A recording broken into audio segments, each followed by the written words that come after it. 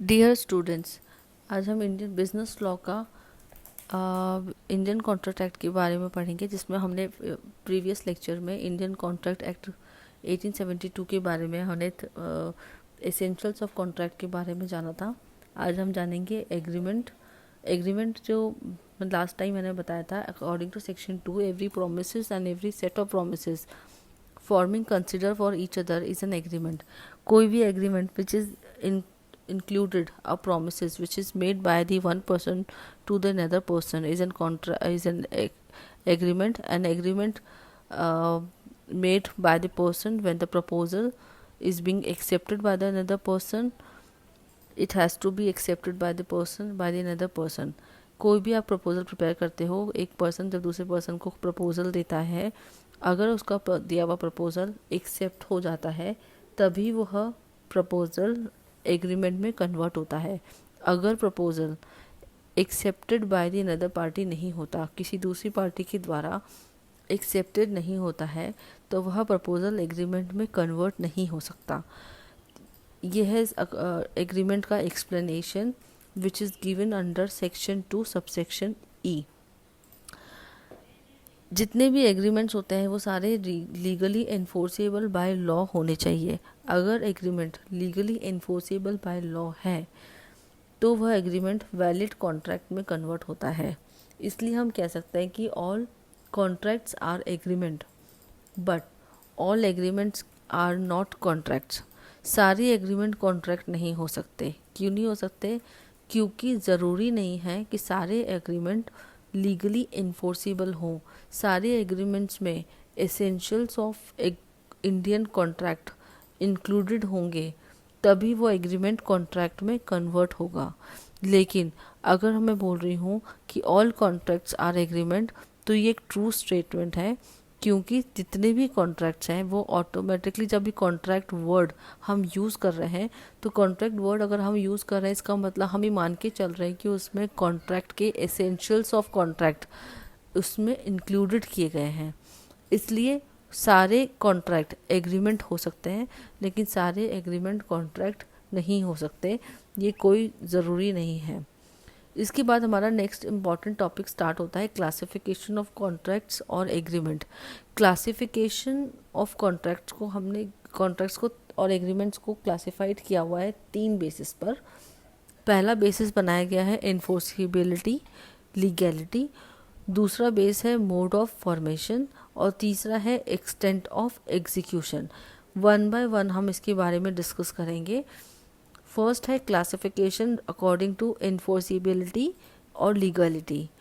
अगर मैं कॉन्ट्रैक्ट की लीगली इन्फोर्सिबिलिटी की बात करती हूँ कि कोई कॉन्ट्रैक्ट कितना लीगली इन्फोर्सिबल है और कितना नहीं है, उसके बेसिस पर हमारे पास 6 टाइप्स के कॉन्ट्रैक्ट्स और एग्रीमेंट निकल के आते हैं। फर्स्ट होता है valid agreement which is called contract. Valid agreement क्या होगा? वैलिड एग्रीमेंट वह होगा जो कि लीगली एनफोर्सेबल बाय लॉ होता है अकॉर्डिंग टू सेक्शन 10 में, जिसमें all essentials of contract, section 10 के दिए गए ऑल एसेंशियल्स ऑफ कॉन्ट्रैक्ट अगर एग्रीमेंट में इंक्लूडेड होता है तो वह एग्रीमेंट वैलिड एग्रीमेंट कहा जाता है। whenever we are using valid agreement word, it is automatically considered as a contract. Second, void agreement. An agreement which is not enforceable by law, it is said to be a void. According to section 2 subsection G, कोई भी agreement जो कि legally enforceable नहीं है उसको हम void agreement मानेंगे, क्योंकि उस एग्रीमेंट की एग्जिस्टेंस लीगली कोई एग्जिस्टेंस नहीं होती है। Third, void contract. Void according to section 2 subsection J, a contract which is ceases to be enforceable by law becomes void when it ceases to be enforceable. कोई भी contract जो कि आपका legally enforceable नहीं है, जिसमें सेक्शन 10 के essentials of contract नहीं दिए गए हैं, वह कॉन्ट्रैक्ट आपका वॉइड कॉन्ट्रैक्ट माना जाएगा। फोर्थ है हमारा voidable contract. Voidable contract, according to section 2 subsection I, an agreement which is enforceable by law at the option of one or more of the parties thereto, but not the option of the another of the other or others, is a contract, voidable contract. Voidable contract वो होता है जिसको कि कोई भी aggrieved party को हम हिंदी में बोलते हैं पीड़ित पक्षकार। जब कोई भी एग्रीव्ड पार्टी के ऑप्शन पर किसी कॉन्ट्रैक्ट को वॉइड करने का ऑप्शन होता है तो उसे वॉइडेबल कॉन्ट्रैक्ट कहा जाता है। जैसे कि कोई टू पार्टीज़ के बीच में कॉन्ट्रैक्ट हुआ ए और बी, अगर बी पार्टी ने किसी रीज़न की वजह से, किसी प्रेशर की वजह से एग्रीमेंट के लिए कोई भी कॉन्ट्रैक्ट को किसी प्रेशर में आके अगर उसने उसको एग्रीमेंट किया है या कॉन्ट्रैक्ट किया है, तो वो कभी भी इन बिटवीन एग्जीक्यूशन से पहले जब भी चाहे वो उस कॉन्ट्रैक्ट को वॉइड डिक्लेयर कर सकती है, क्योंकि ये कॉन्ट्रैक्ट उस सामने वाली पर्सन के फ्री कंसेंट से, स्वतंत्र सहमति से नहीं बनाया गया है।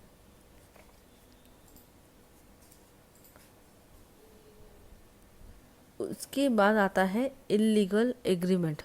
इल्लीगल एग्रीमेंट आपके नाम से ही क्लियर होता है कि ये इल्लीगल एग्रीमेंट वो होता है विच इज़ एक्सप्रेसली और इम्प्लाइड, प्रोहिबिटेड और forbidden by law is an illegal agreement.